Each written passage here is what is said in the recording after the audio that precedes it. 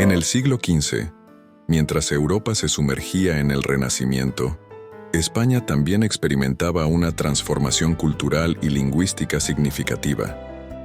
En medio de este florecimiento intelectual, Antonio de Nebrija, un destacado humanista y erudito español, llevó a cabo una tarea monumental que dejaría una marca indeleble en la historia del idioma español: la creación del primer diccionario de la lengua española. Antonio de Nebrija, nacido en 1441 en Lebrija, España, era un hombre renacentista dotado de múltiples talentos. Estudió en las mejores universidades de la época y se destacó como gramático, filólogo, poeta y humanista. Su obra más conocida, Gramática de la lengua castellana, publicada en 1492, fue la primera gramática de la lengua española y sirvió como base para la estandarización del idioma. La necesidad de un diccionario. En la misma línea de su esfuerzo por codificar la lengua, Nebrija sintió la necesidad de compilar un diccionario que proporcionara un recurso completo para aquellos que buscaban entender y utilizar el español. En el siglo XV, España experimentaba un periodo de cambios profundos. El español era hablado en diversas regiones de la península ibérica, y existían variaciones dialectales significativas. Nebrija tuvo que enfrentarse al desafío de unificar y estandarizar el idioma, tomando decisiones sobre qué variantes incluir y cómo establecer normas lingüísticas.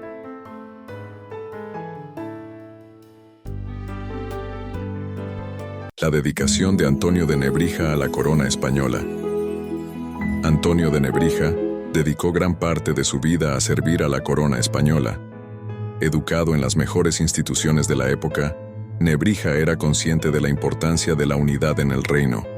Su dedicación se manifestó a través de su obra monumental, la Gramática de la lengua castellana, publicada en 1492, y su primer diccionario español latino de 1495. El diccionario de Nebrija, el vocabulario español latino, fue otra pieza fundamental en el rompecabezas de la consolidación lingüística.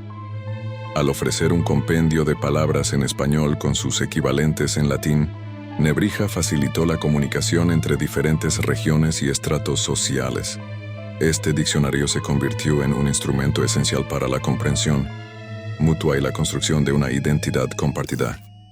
Aceptación y utilidad.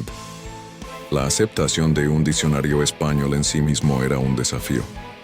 Nebrija tuvo que persuadir a la sociedad de la utilidad y la necesidad de un recurso que recopilara y explicara el significado de las palabras en español. Convencer a lectores, académicos y autoridades de la relevancia de su obra fue un proceso delicado. A pesar de estos desafíos, Antonio de Nebrija superó las adversidades con dedicación y visión, sentando las bases para la lexicografía del español y contribuyendo de manera significativa a la estandarización y consolidación del idioma en los siglos venideros. Su obra, lejos de ser simplemente un diccionario, se convirtió en un testimonio perdurable de su compromiso con el desarrollo y la promoción de la lengua española.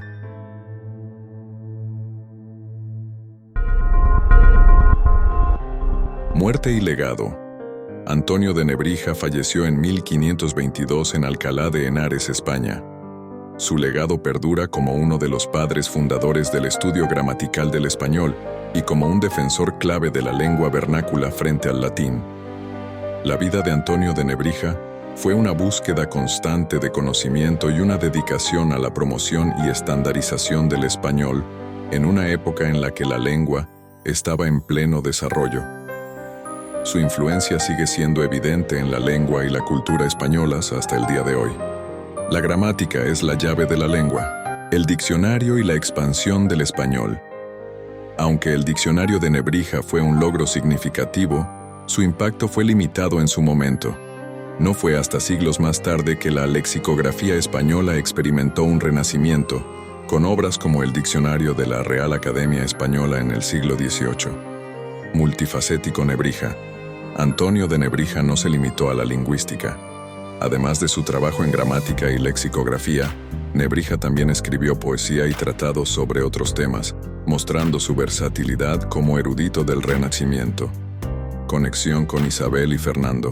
Nebrija tuvo una relación cercana con los reyes católicos, Isabel I de Castilla y Fernando II de Aragón. De hecho, su gramática fue dedicada a la reina Isabel, lo que refleja la conexión directa entre su obra y la corona española.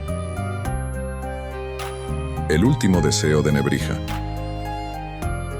Según la leyenda, el último deseo de Nebrija antes de morir en 1522 fue ver su gramática impresa.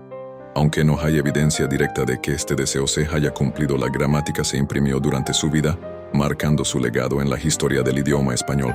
La regla Nebrija. Nebrija propuso una regla gramatical que establecía que lo que no es en gramática no es en nada. Esta afirmación subraya la importancia que él asignaba a la gramática como base esencial para la expresión y comprensión del pensamiento. Nombre verdadero. El nombre completo de Nebrija era Antonio Martínez de Cala y Jaraba. Adoptó el nombre Nebrija como una latinización de su lugar de nacimiento, Lebrija, en la provincia de Sevilla.